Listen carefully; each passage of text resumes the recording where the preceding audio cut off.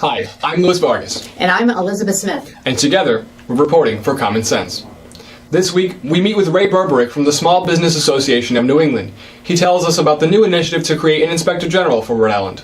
We check in with Jeff Richard, who wants some truth in advertising in our press. And of course, we will have new Are You Kidding Me segments. But first, here's the news for this week. In the latest news on the pension battle, the Providence Journal has reported that former Supreme Court Justice Frank Williams confirmed a pension settlement deal shortly before Superior Court Judge Sarah Taft Carter convened a court session to hear motions in the trial. The deal will require legislative approval. Details were not immediately released, but the settlement means a possible end to Taft Carter's gag order, which has prevented public officials from talking about the outcome. There was more than a week of voting on the proposed pretrial settlement of the legal war over the more than $4 billion in public employee pension cutbacks. Just to give you a bit of background on the story, the court's fight, headed for a jury trial on April 20th, centers on Rhode Island's 2011 pension reform law. Faced with potentially crippling increases in state pension costs, state lawmakers raised the retirement age for public employees in the state-run retirement system, reduced guaranteed lifetime pensions while providing employees with new employer-matched 401k-style plans, and suspended the payment of annual cost living adjustments to retirees. The state's public employees unions sued, alleging the sweeping rewrite of state pension law and earlier pension cuts violated contract protections in the state constitution. According to the Providence Journal, there are more than 59,000 people affected by the potential settlement, which ultimately would require Rhode Island General Assembly's approval. That includes over 27,000 current pensioners, over 11,000 state employees, over 13,000 teachers, and over 7,000 enrollees in the state-run municipal retirement system, including local police and firefighters. The judge imposed the confidentiality order in mid-March in a failed effort to block public disclosure of the terms of the proposed deal that Governor Raimondo's legal advisor, Mark Dingley, and former Supreme Court Chief Justice Frank Williams, in his role as a special master, were pitching behind closed doors to employee unions and retiree groups. But the critical terms leaked, and they included tweaks in the minimum retirement age, an increase in the defined benefit pensions available to longtime public employees with 20 more years on the job, and the opportunity for more frequent COLAs for retirees. And speaking of legal battles, the Providence Journal has reported that former Speaker of the House, Gordon Fox, who was rocked by corruption charges last month, has been disbarred by the state Supreme Court from practicing law in Rhode Island. On top of his freedom and his license to practice law, Gordon Fox also had an honorary degree from Rhode Island College revoked after the state's Council on Post-Secondary Education came during the board's first full board meeting since the former House Speaker pleaded guilty in a corruption probe last month and voted unanimously to revoke his honorary doctoral degree. Speaking of agencies, the Providence Journal has reported that the state has sought a contractor to review the possibility of merging transportation agencies in the Ocean State. On March 25th, the new Raimondo administration quietly opened bids for a contract to provide transportation management and review services. Among the stated goals of this investigation, to take a step-back look at the effectiveness of having multiple state agencies operate different pieces of Rhode Island's transportation network, from the ports and airports to RIPTA bus routes and road builders. The Department of Transportation has acknowledged that there are two bidders for the contract, but the agency has been unwilling, so far, to identify them, despite a state law requiring the disclosure. Rhode Island Transportation includes RIDOT, which is responsible for the design, construction, maintenance, and construction of 1,102 miles of state roads and highways, 772 bridges, and 777 traffic signals. The ports are overseen by Commerce Rhode Island, the airports by the Rhode Island Airport Corporation, and the state's public transportation network by RIPTA, and the state's bridge tolling system by the Rhode Island Turnpike and Bridge Authority. The goal of this investigation is to determine the operational challenges and corresponding improvement opportunities for Rhode Island's transportation agencies, and provide recommendations. The bid documents state. The winning bidder will be required to conduct a management evaluation and review to assess general effectiveness and performance relative to industry standards and best practices as compared to similar agencies in the United States. As we talk about budgets, Governor Gina Raimondo is starting to back off of at least one of the things she proposed in her budget for 2015. The Providence Journal has reported that Governor Gina Raimondo on Tuesday dropped plans to merge 4 offices that represent Rhode Island's most vulnerable citizens into one division of advocacy, after several of the state's leading advocates said the plan would undermine their work.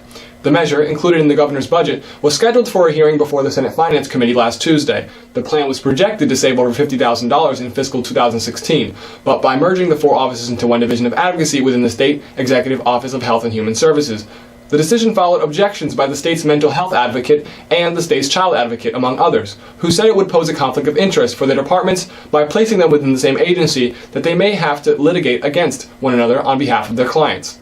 The 16-member board of directors of the nonprofit Mental Health Association of Rhode Island also voted March 18th in strong opposition to the plan. Susan Jacobson, the association's executive director, said, "After further discussion of this proposal with respective advocates and hearing their concerns, the governor has decided not to move forward with this article," the state's budget officer Thomas Mullaney wrote in a memo Tuesday to the chair of the House and Senate Finance Committees.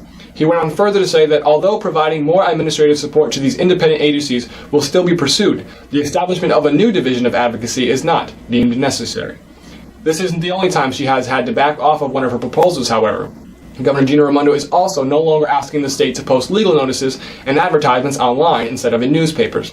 The Providence Journal reported that the proposal was in the budget that Gina Raimondo submitted to the General Assembly on March 12th, but she has since asked to remove it.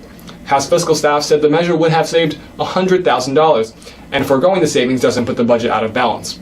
Newspapers have opposed changing to legal notice requirements, worrying about the loss of revenue. Part of Raimondo's staff said that she changed her position in light of both feedback from newspapers and the relatively small savings that would have been generated. Now, let's make our way to the State House as we meet with House Minority Leader Brian Newberry and Representative Anthony Giarrusso to see what they're working on.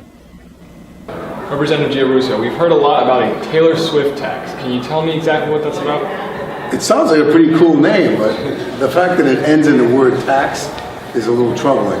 Now, I don't know why they always want to slay the goose that lays the golden eggs, but it's another attack on people that have stuff.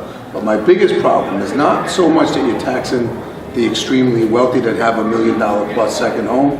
It's that you're opening up the pipeline. You're setting up the infrastructure for the state to collect property tax. So in my opinion, I don't care if it was 1 peso on $1 billion. It doesn't matter. It's not what they're going to collect today. It's what they're setting up to collect for tomorrow. Leader Newberry, we've heard a bit about bills that are being worked on here at the State House, but can you walk us through what it's like to be a state representative? What's it like in the day of a state representative here at the State House? Well, there really isn't a typical day. It's a year-round job, but it's not necessarily a lot of work all the time. It's moments of intense work and time commitment followed by days or weeks of inactivity, depending on what time of year. For example, we get very busy here in June. I'm a partner in a law firm in Boston. I have a very busy legal practice, but I always keep June basically free because I know at any time in June I may have to come in here and be here till 2 o'clock in the morning. On the other hand, this time of year, we're here in the beginning of April. There's things going on. There's committee hearings, but I arrived today around 3:30, and I'll be leaving probably by about 5:30, and I'll be going home. I got other things to do tonight. If I had something to stay for, I'd stay. So it very much varies. According to the Providence Journal, a bill that would ban pharmacies statewide from selling tobacco products drew strong opposition Tuesday from independent pharmacies. Some which fear they wouldn't be able to survive without the sales.